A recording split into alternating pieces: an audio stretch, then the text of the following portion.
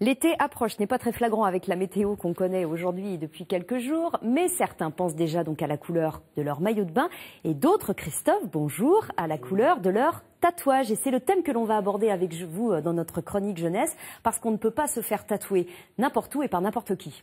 Tout à fait, il faut bien choisir son tatoueur et surtout un tatoueur bien formé. Il y a un texte très précis, un arrêté officiel qui existe depuis décembre 2008, c'est assez récent. Et pour comprendre un petit peu cet environnement de la formation des tatoueurs, je vous propose tout de suite de regarder un reportage d'Olivier Quentin et Sébastien Thomas qui ont justement suivi au CHU Nantes une séance de formation au tatouage. Myriam est venue se faire tatouer. Ce sont ses proches qui lui ont offert ce cadeau pour son anniversaire.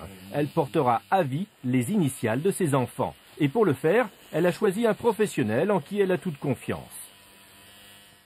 Depuis 2008, les tatoueurs et les poseurs de piercing sont obligés de suivre une formation de 21 heures, axée principalement sur l'hygiène. L'un des cours les plus importants, apprendre à se laver les mains. C'est peut-être là où la performance de la formation atteint son point ultime, parce que voilà, les objectifs qu'une main est contaminante et les objectifs qu'une main doit être nettoyée, désinfectée selon une procédure, selon un mode opératoire, selon une technique spécifique qui, elle, doit être appliquée et de manière rigoureuse. Alors, nous savons d'où ? Voilà, donc deux principes. Essayez quand même, je vous arrête à chaque geste, hein, mais essayez quand même de ne pas trop tripatouiller la compresse.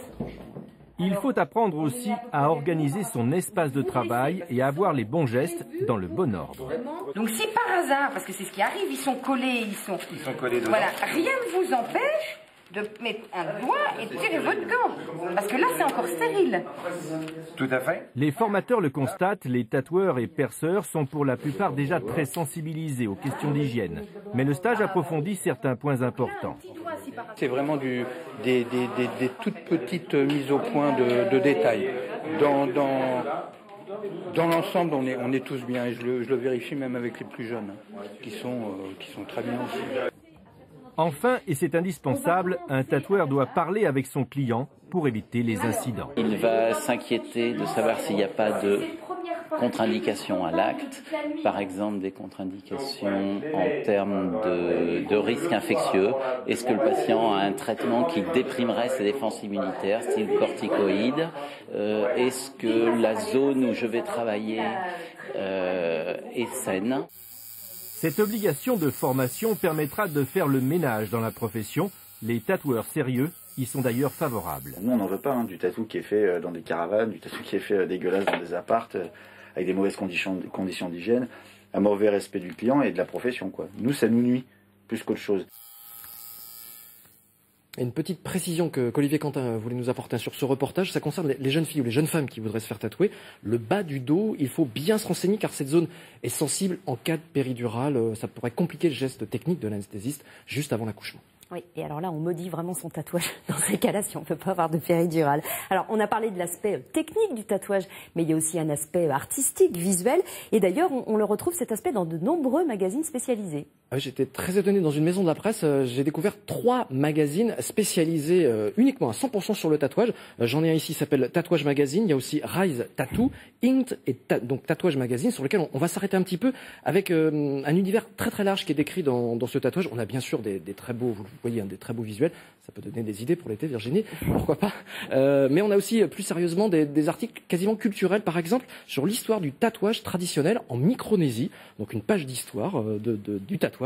Autre article intéressant et pratique, il est intitulé « Je ne supporte plus mon tatouage ». Tout est dit dans le titre. 2 solutions dans ces cas-là, le recouvrement ou le détatouage. Et là, attention, ça peut faire mal à la peau parce qu'on utilise des lasers assez puissants qui peuvent brûler la peau. Ça peut aussi faire mal au portefeuille car il faut compter plusieurs séances. 80 € c'est le minimum, mais ça peut aller jusqu'à 200 € la séance. Moralité, il faut bien choisir son tatoueur et il faut bien réfléchir aussi avant de se lancer dans le tatouage. Allez, un petit mot de la chronique de la semaine prochaine, on parlera cirque. Oui, parce qu'il y a 2 événements dans la région dans les semaines à venir. Alors précisément, la semaine prochaine, il y a des portes ouvertes à l'école des arts du cirque de Saint-Barthélemy d'Anjou. C'est dans le Maine-et-Loire. Elle ouvre donc ses portes avec différentes animations. Et ça sera juste avant une grande rencontre régionale. Là, on voit des images dans un gymnase de Nantes où sévissent les arts animés.